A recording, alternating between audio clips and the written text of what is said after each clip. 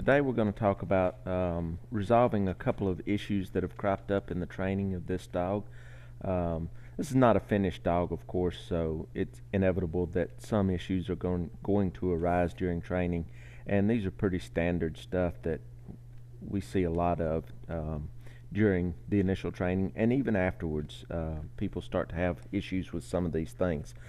One of the things, the first thing is that this dog doesn't particularly want to work right to left, so we're going to focus on trying to get her to go from the right toward the left. If you're standing and looking at the boards here, we're going to do that on the 2x4s. The other issue is this dog has developed the habit of trying to use spatial memory rather than actually using her nose. So what you'll see me doing throughout this video, at least on the 2x4s, is rearranging the pipes. Now, I need to explain this a little bit because you can't really do this if you're putting out hides somewhere. It's not very practical. If you take a look at the way these boards are designed, the pipes actually sit in holes in the boards, and the pipes have the bedbug containers inside them. The pipes can be rearranged. That way you can move the odor around without having a contaminated pipe where you just had the bed bugs. If you had to move the bed bugs out of a pipe and into another pipe, you're still going to have bed bug odor in that pipe you just moved it from, so it's not going to be very effective. So that's the way we work on this. And what this forces the dog to do is really use their nose and not just remember where they found them on the first pass or whatever. It really keeps them on their toes, and it's just a good training tool. One other issue this dog is having, and it's not really an issue because she's just learning to do it, but I'm going to talk about it, is tracking and pinpointing the source of the odor. So especially once we get to the baseboards part of this video, you'll see what I'm talking about there. But we want the dog to put their nose on the specific source of the odor, and she's not quite doing that yet. So let's take a look at the video and see what we've got. So this is a good example of what I was talking about, spatial memory. You'll see here that the dog is alerting toward the left end of this board. That's where the bugs were a few minutes ago in the video, but now they're on the far right pipe on this board, and basically she's trying to sit down on just about every pipe here. You'll see she's completely skipped it right there, and I'm going to bring her back around. I'm going to throw a target on the pipe that's got the bugs in it, and she's going to alert here, and she's going to hold it pretty good, so we're going to go ahead and throw a reward for her. And now we're on the next set of boards here.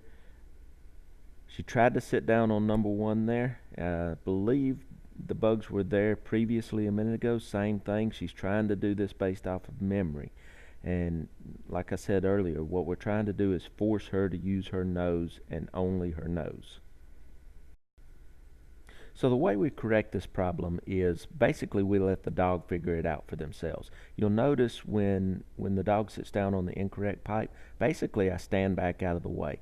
Now, I may give them some more direction eventually, but for the most part I want them to figure out on their own that that pipe is not going to produce a reward. There's no odor there that's going to produce a reward.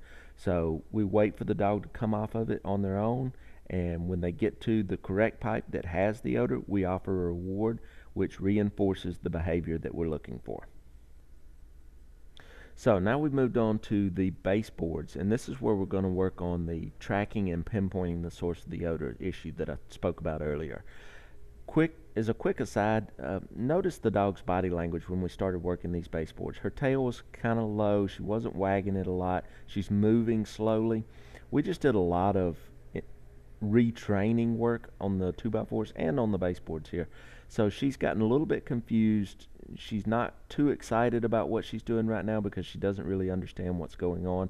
That's normal when you're trying to resolve an issue, but later in the video, actually just right now, she started waving her tail around a little bit. Her tail has perked back up, so she's beginning to understand what we're doing. So now we're working the baseboards, and she's sniffing pretty good here actually. She's found the odor. I'm going to step around behind her. I'm waiting for her nose to be right on it. There it is, and we throw the reward. Now here's where the tracking and pinpointing is going to come into it. There's actually a hide in one of the pipes hanging on the wall here. The other two hides have been on the baseboard. She's caught a whiff of the odor here, but she's not sure where it's coming from. She's actually right below it, maybe a foot to the right of it, and she's kind of working back and forth here. See how she's sniffing? She's not sure where it is. She's looking for it, and she's right in there, but she just hasn't quite pinpointed it yet. So I'm going to tap on the pipe here a little bit and try to help her out just a little. And she gets up and moves around. That's okay. She's still sniffing. I'm going to tap on the pipe again. There we go. She's got her nose right in it, and notice how I delivered that reward. As soon as she put her nose in it, I delivered the reward, because timing is very critical right here. So tapping on the pipe to help the dog out at this point is okay, but what you want to be careful to avoid is doing that continuously. You do want to work out of that habit as soon as possible so that the dog is working independently of you. If you're always having to help the dog by tapping on something to get them to lock in on it, chances are they're going to be relying more on you than they are on their nose. So we want to stop that as soon as we possibly can. Okay, so now we're just going to run the dog through a couple of more times. Nothing major left here. Just reinforcing, building this dog's confidence a little bit, getting her a few more finds. And yes, she's probably working on spatial memory on these baseboards now at this point, but that's okay, because what we're doing is just reinforcing everything in her mind, and like I said, building her confidence. One thing I didn't talk about was the problem of the dog not wanting to work right to left. I did work on that. There's just really not a whole lot to say about that. Mainly, you just do it. Practice makes perfect. There's not a lot of specific skills involved. So you just get out, practice it, and that's about all you can do. The more time you spend doing it, the better things will be.